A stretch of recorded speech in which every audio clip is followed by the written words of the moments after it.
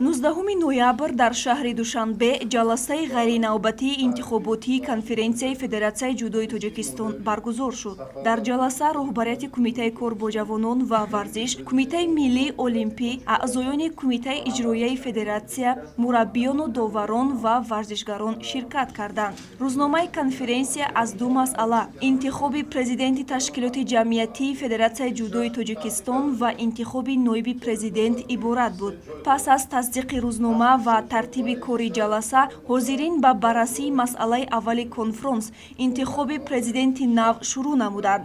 Вобаста ба масъалаи мазкур дар мувофиқа бо президенти Федератсияи ҷудои байналмилалӣ Мариус Визер, президенти феълии Федератсияи ҷудои Тоҷикистон Нурулло Лоиқов бо хоҳиши худ аз мансабаш истеъфо дода, номзадии Исмоили Маҳмадзоир ба симати президенти нави Федератсияи ҷудои Тоҷикистон пешниҳод шуд.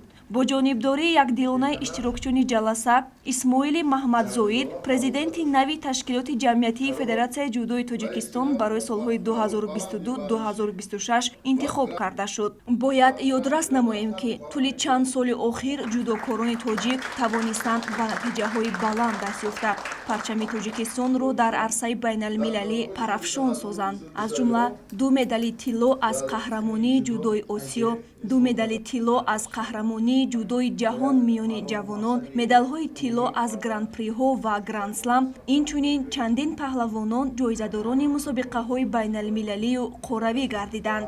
Вале дар ин радиф мушкилиҳо низ мавҷуданд, ки онҳо бештар мушкилиҳои молӣ, набудани шароити мусоид ва муосир баҳри баргузории машқҳои дастаҷамъона ва монеаҳо дар сафарбаркунии варзишгарон ба мусобиқаҳои байналмилалӣ ва будубоши онҳо дар хориҷ аз кишвар рабт доранд. Ҳамакнун умед аст, ки бо интихоб шудани президенти нав ин камбудиҳо бартараф карда мешаванд.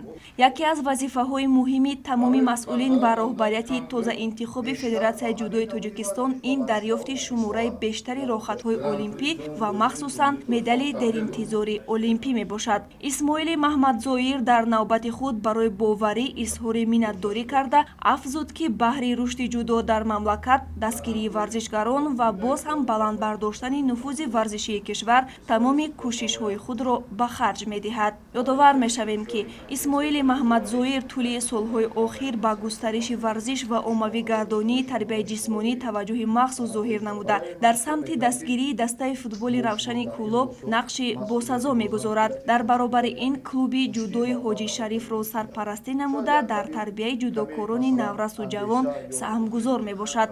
Ҳамзамон аз рӯи масъалаи дуюми рӯзномаи ҷаласа, Нурулло Лоиқов ба симати ноиби президенти ташкилоти ҷамъиятии Федератсияи ҷудои Тоҷикистон дар давраи солҳои 2022-2026 пешниҳод гардида, якдилона аз ҷониби иштирокчиён қабул шуд.